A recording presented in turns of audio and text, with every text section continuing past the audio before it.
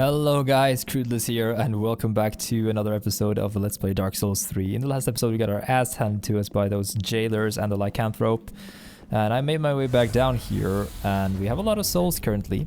I found an item on my way down, the soldering iron, basically. It drops from one of the jailers, and it's a burning iron used by the jailers prowling Irithel dungeon. Press its searing tip against foes to inflict fire damage and temporarily block Estus healing. So they also block healing when they do that attack, which is... it's... Oh man, I don't think... Well, in fact, I don't think they do, actually. I think it actually works for us in PvP and stuff. It works like an Undead Hunter charm. Some parallels there. And there we find the Alva set that I was talking about. Since we killed Alva in front of this place, the set item drops there. I want to try to release the lycanthrope, and then we can try to proceed through the area without him doing anything to us, maybe. Hopefully, that's the case. Let's see if he will go and aggro on them. Or kill us again!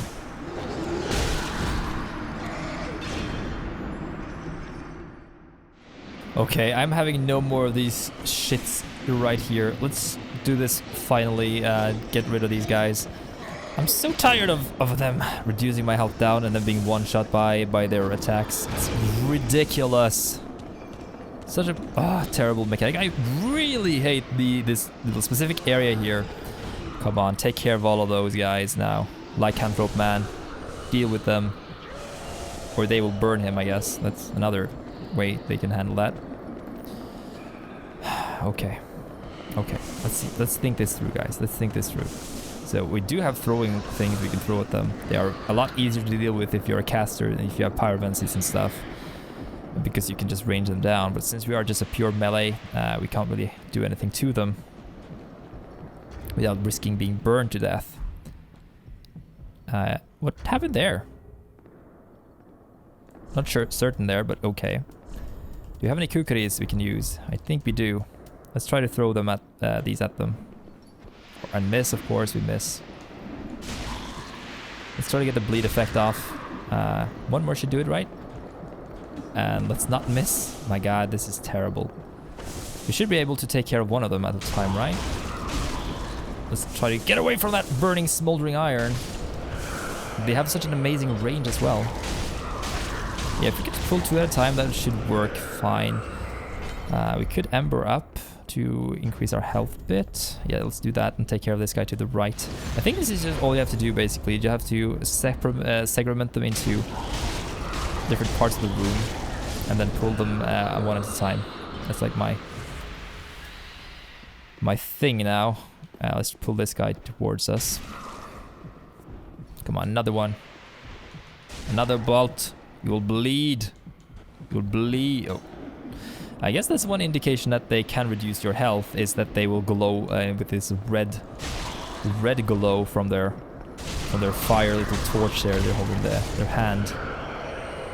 But yeah, you can see the green now, which means they don't have that effect, which means they are weak to our attacks, basically. This dude still has the effect, but he's the last remaining one, right? There's no one on the right side of me. No, that was all of them. There is one more here that we have to take care of, though, to our right. But finally we did it, guys. We find some Ember as well, which basically refills that one, and there's the last guy in here that we have to take care of.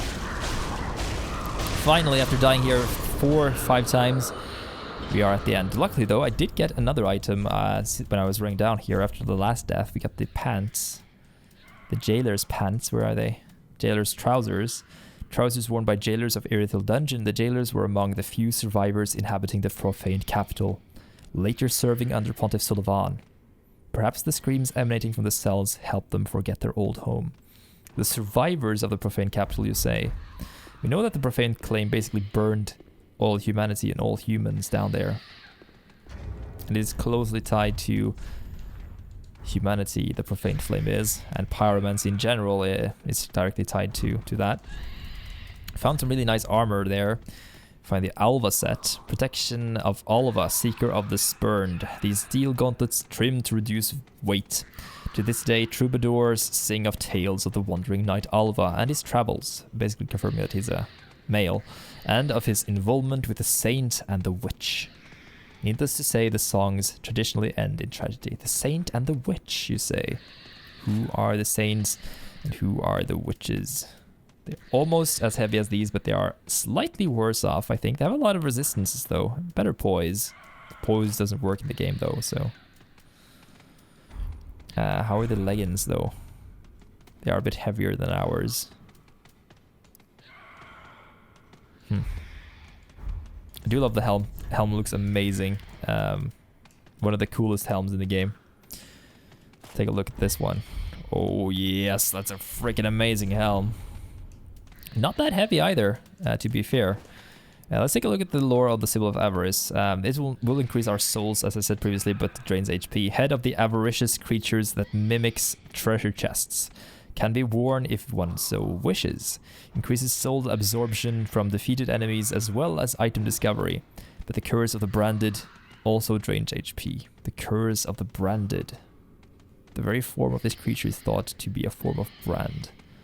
A punishment of sin. The sin of greed. But this character here, you heard of Alva, you heard of his connection to the saint and the witch. Well, here we have a character that looks kind of like a witch. One of the most important lore characters in the game. Oh, there you are. I thought you'd all but forgotten me. How sweet. Good to know that a skinny little heretic can still turn heads. Oh, you're not one of them, are you? Accept my apologies for mistaking you for one of those leeches. So, what business have you here? This is a land of monstrosities, and I am no exception. You're here to save me, but I'm guilty, a wretched child of the abyss. Is that something you can forgive? Oh, really? You are no ordinary woman. Very well. Besides, I've grown tired of imprisonment. I am Carla, and I accept your proposal. Her name was Carla, and she was a child of the abyss. This has huge implications for basically the storyline. The children of the abyss are directly connected to humanity. The Purging Stones, the humanities in Dark Souls 1, and also pyromancies, as it turns out. Back in Dark Souls 1, the land of Ulasil, where this yellow finger was really intrigued by, the Xanthus scholars were really into the whole story of Ulasil and Dusk of Ulasil, Artorias of the Abyss, that whole shebang. The lore around that area basically surrounds Manus, the father of the Abyss, who was kind of like the culmination of the furtive pygmy, at least according to many theories.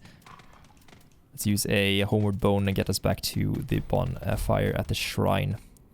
Father of the Abyss, Manus, he was the final boss of the Artorias of the Abyss DLC in Dark Souls 1, and he had several children. The Abyss, more precisely, has several children after that, and these children are basically forms of women, and some of them are behaving, all of them are behaving kind of in a way according to the sins of humanity. So some are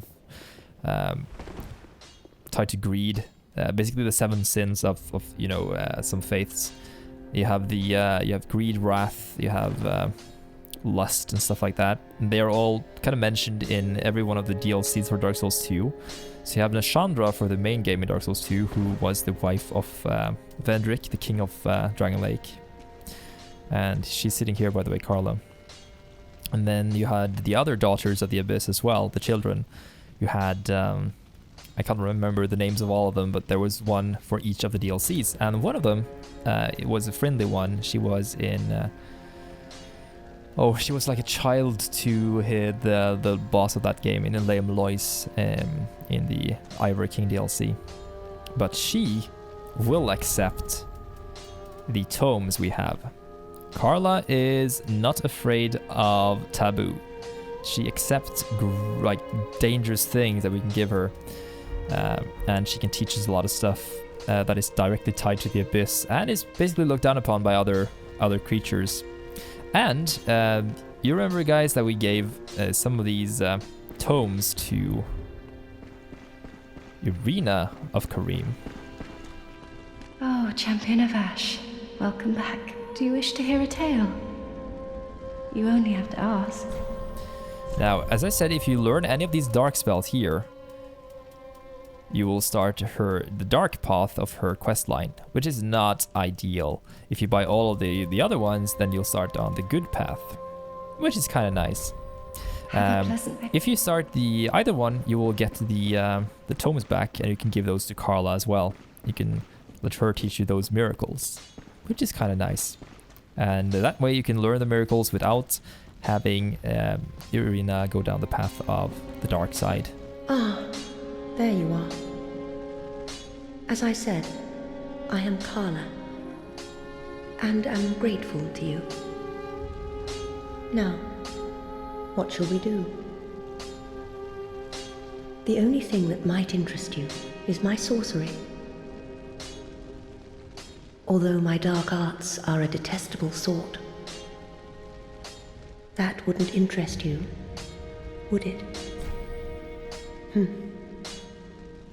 You're a wicked one, aren't you? Very well. Humans are of the dark, and you are no different. Some may avert their eyes, but the truth remains the truth. Be careful, though. Few humans are privy to this knowledge. Let it be a secret, kept between you and I. Now, interestingly enough, she was captured by Pontiff Sylvan, and she called the other people in the dungeon for leeches. So perhaps Pontiff Sylvan was draining this magic from her, this darkness of the abyss. She starts off with 2 spells, Affinity and Dark Edge. These are tied to intellect, as you can see, sorceries, but they give you, they look like humanities, as you can see these, especially the Affinity here, the dark manifestations of humanity, in fact, directly spelled out there. Forbidden Dark Sorcery casts a dark manifestation of humanity. It appears to be an expression of envy, or perhaps love towards another, that will tenaciously pursue its target, even if, like so many human desires, it amounts to nothing but misfortune. So I really enjoy that description there. And this is the Dark Edge, a forbidden dark sorcery. It strikes with blade formed of humanity's darkness, passed from mother to daughter. This blade was intended for both protection and as a means of taking one's own life. The young girl never swung it more than once. The young girl and the mother. So one could say that the mother is the abyss here, if you think like allegorically, the thing that about the like Carla being a daughter of the abyss and Monas being the father here, then the mother would of course also be the abyss, or humanity of sorts, and it was passed from mother to daughter, protection for both, and taking one's own life. And it can also basically mean that it was given as basically a dark story for some individual human, that the blade either killed herself or killed someone else. I think suffice to say that she killed herself, perhaps. We'll see. Let's have a chat with her, though. There is one thing that you should know. There is a darkness within man, and I am afraid you will peer into it. Whether the fear will spark self-reflection or a ruinous nostalgia is up to you entirely. Fear not. Your choice will bring you no scorn. Kind of a like meta commentary there on the game. Either way, if we quit the game, if you continue on our path towards beating the game, we won't really gain anything else except for, I guess, the joy of beating it. So it also talks about channeling some Nietzsche thought there with the abyss. If you stare into the abyss for too long, it will stare back at you.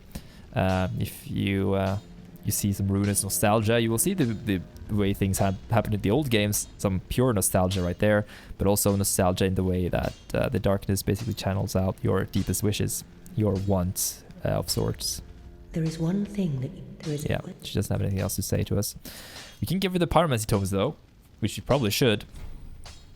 Let's start off with the Quelana one. Oh, a pyromancy tome, have we? Quelana, Witch of Izalith. Well, this is a fascinating pyromancy. Very well. If this is your wish, I will unravel the thing the best I can. Besides, it will be nice to play master for once. It'll be nice to play master for once. We can learn these things right here. Interesting spells. Primal pyromancy taught by Quelana, daughter of the Witch of Izalith. Sweeps foes with a fire whip. The caster manipulates the flames at will, making this an extremely difficult spell to use. Pyromancy is at once the knowledge of controlling flame and the knowledge that control is impossible. So it's a dichotomy there. Primal pyromancy taught by Quelana, daughter of the Witch of Izalith. Its raging storm is indiscriminate, such is the intrinsic horror of the flame. And also the report spell. This is really interesting. Charms the enemy, making them a temporary ally. The living are lured by flame, and this tendency is elemental to the art of pyromancy. Only requires 15 intellect. Might want to play around with this one a bit. I haven't used it a lot, but it might be interesting to use this in a couple of upcoming areas. Let's give it the last tome. Oh, another pyromancy tome, have we? And one that resonates with the dark, yes. Well suited to me. I may be a heretical sorcerer, but you bring me nothing but pyromancies. Fiendish little lass, you. She's a jokester. But these two pyromancies are really interesting. You can see they have the same like dark black and white icons like these two sorceries up above. And these are also tied to humanities as well. And of course, all sorceries really are, when it boils down to it, when tied to souls and humanities. Pyromancy discovered by grave wardens after High Lord Volnir fell to the abyss. Creates a giant black flame in hand. Black flames born from the abyss bear no shadow. They are said to be the impenetrable fires of humanity. The impenetrable fires. And this is also discovered by the Grave Wardens after High Lord Volnir fell. As he was consumed by the abyss, as it looks like. There is a connection there. Hurls a black fireball. The black flame inflicts dark damage, striking targets with weighty force. Only requires 20 intellect and 20 faith. Pretty nice spell though. Though these ones only require intellect, which is interesting. So they're fairly similar to hexes in Dark Souls 2. Do stay. We also have another item we can give to our other dude. I don't think... What? I'm stuck here? No, almost got stuck. Cornix, do you have anything new to say to us? I don't think he does. Ah, there you are, unkindled one. I am pleased. No, he doesn't have anything else. Oh, he said, give us a welcome gesture. What? Did we learn that already? Heed my words, unkindled one. Fear the fire. The home of pyromancy, Izalith, was scorched by the very fire it created. Undoubtedly, it was a flame of chaos, tangled by a witch's hand. But who's to say that this bonfire's flame is any different? Who's to say indeed? Do not be gone. We do have one thing to give Back to again, I see. Orbeck. Suppose this... We can give him the Logan scroll. Let's see what he has to say about that one. Oh my. You've made quite the discovery. This is a scroll of the prodigious Big Hat Logan. A masterful sorcerer, long missed in Vinheim. And now we have his scroll. Right here in my very hands. As you can see, we gain some new spells here. I think we get... These are the ones from Ulasil, right? But this is... I think we get the Pestilent Mercury now. Only taught to trusted members. Releases mercury that eats away at HP. Beware the caster is not immune to its effect. No, we got that previously, didn't we?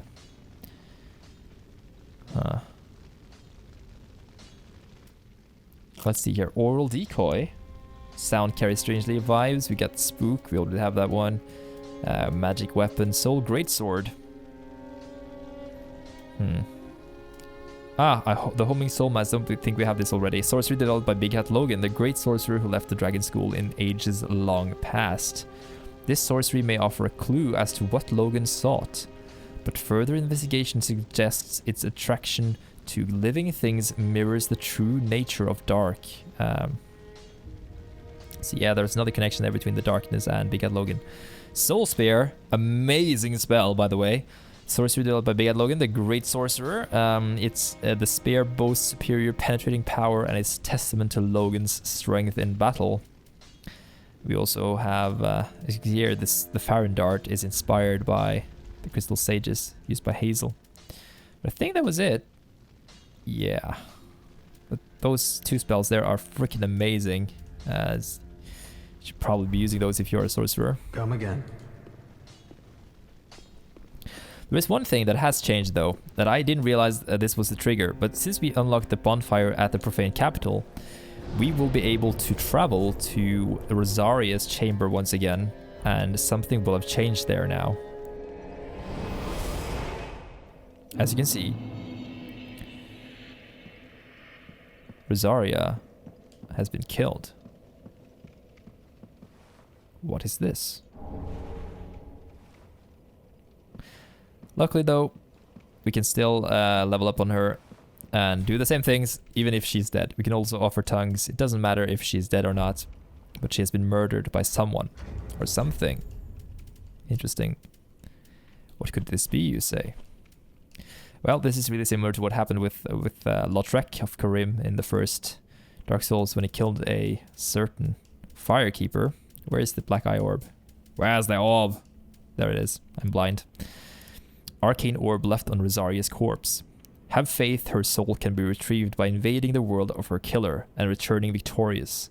The black eye is proof of vengeance, but often appears serene as it casts its gaze toward Irithyll. We are not done there yet, guys. We're heading back to Irithyll of the Boreal Valley. More precisely, we're heading back to Aldrich, Devourer of Gods, and now it's time we head up into the room where we found the Sun Princess ring. Now, why is there a connection there between the Sun Princess and that room? And what has happened with Rosaria? And what is going on? We talked about this quite a few episodes ago when we visited Rosaria's and talked to Leonhard there about the ring finger and stuff like that. It's a kind of drastic change from what we were doing down in the Profane Capital. But I think it's a nice change of things, nice change of pace at least. Because we know that Guinevere is tied to both the Divine Blessing, of course, this one, and she's tied to Osiris, the king, perhaps. She had some numerous children according to the ring we found. The Sun Princess ring right here. She had numerous children, became a mother, a wife, raising several heavenly children. Heavenly, again used here, quite similar to the one description on the Profaned Flame, that it came from the heavens. Might not actually be a description of divinity, but as more precisely a description of height in the world, coming from the castle of Lothric. And this was her previous bedchamber previously. And here we feel the black orb is quivering. Why is it here? And what does Guinevere have to do with Rosaria? We know both of them are tied to this beautiful fertility and bounty. Rosaria having all those beds in her room. And the church is tied to, inspired by orphanages and stuff. But now we are invading the world of her killer. And who could that killer be, perhaps? Well... Well. Never expected to see you here. Felt sorry for the poor thing in all her festering glory. And now you want to ravage her soul as well. I sowed the seeds, I'll prune the mess. I, Leonard, Swear so upon my vows to the goddess.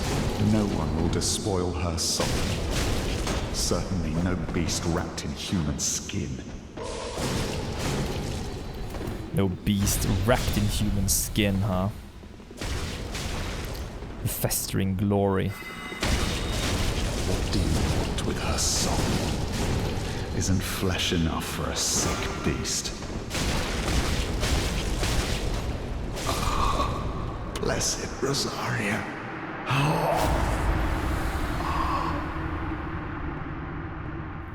Blessed Rosaria, what do you want with her soul? Do you want to ravage her soul as well?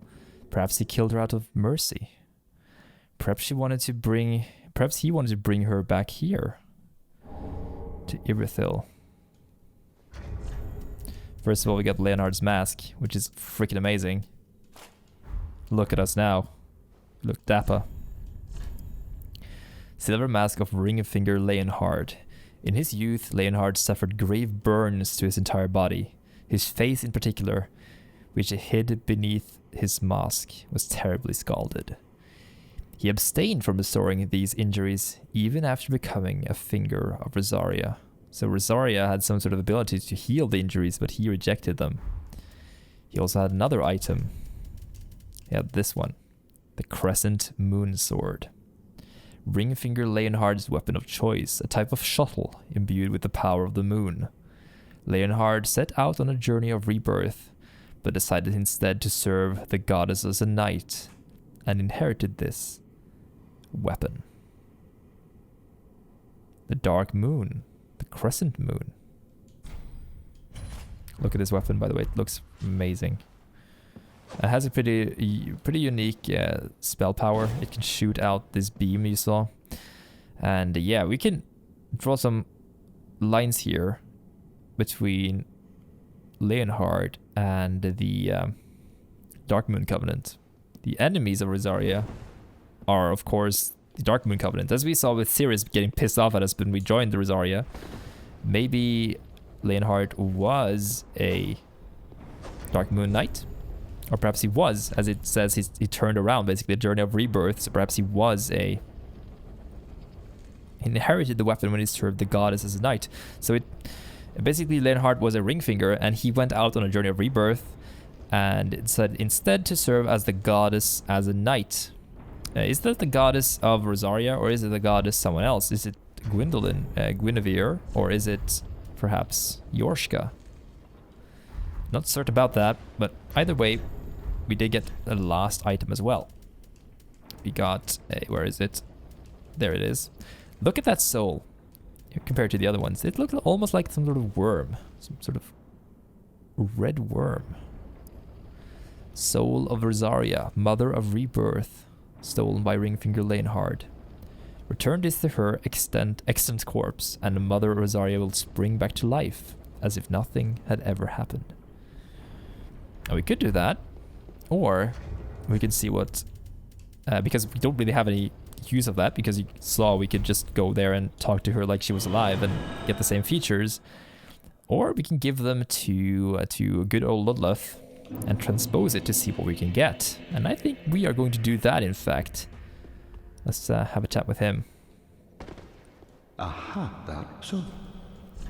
So, as you can see, this is the thing we can transpose from her. Bountiful Sunlight. Gradually restore HP for self and a broad area. Special miracles granted by the Princess of Sunlight. The miracles of Guinevere, loved as both mother and wife, bestow their blessing on a great many warriors.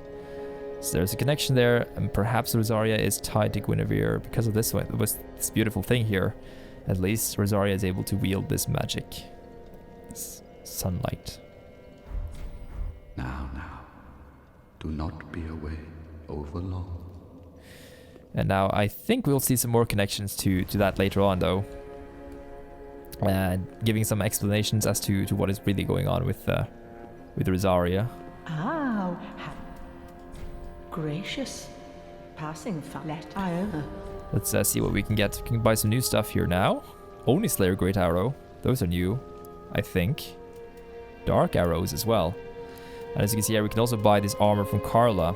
Carla's armor, coat of the Dark Witch Carla.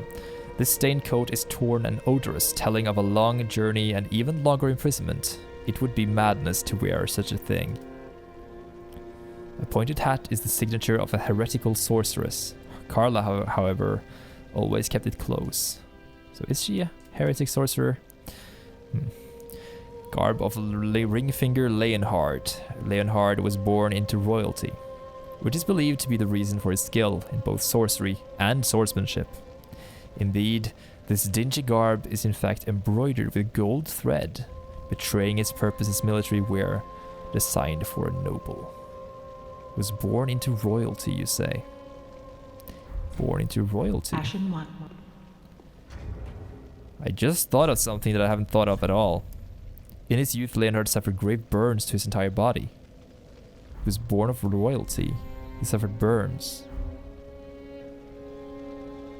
Huh. So did he get burned in the profane capital, perhaps? Or perhaps he suffered the burns as a consequence of being the child of another.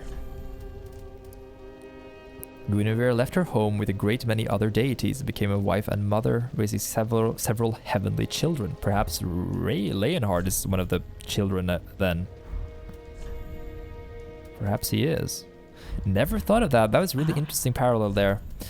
We could buy that armor. It looks really nice. We could like do a Leonhard cosplay. Look at those gloves here. Decorated with silver. Meticulously tanned. The armor of a nobleman. Interesting.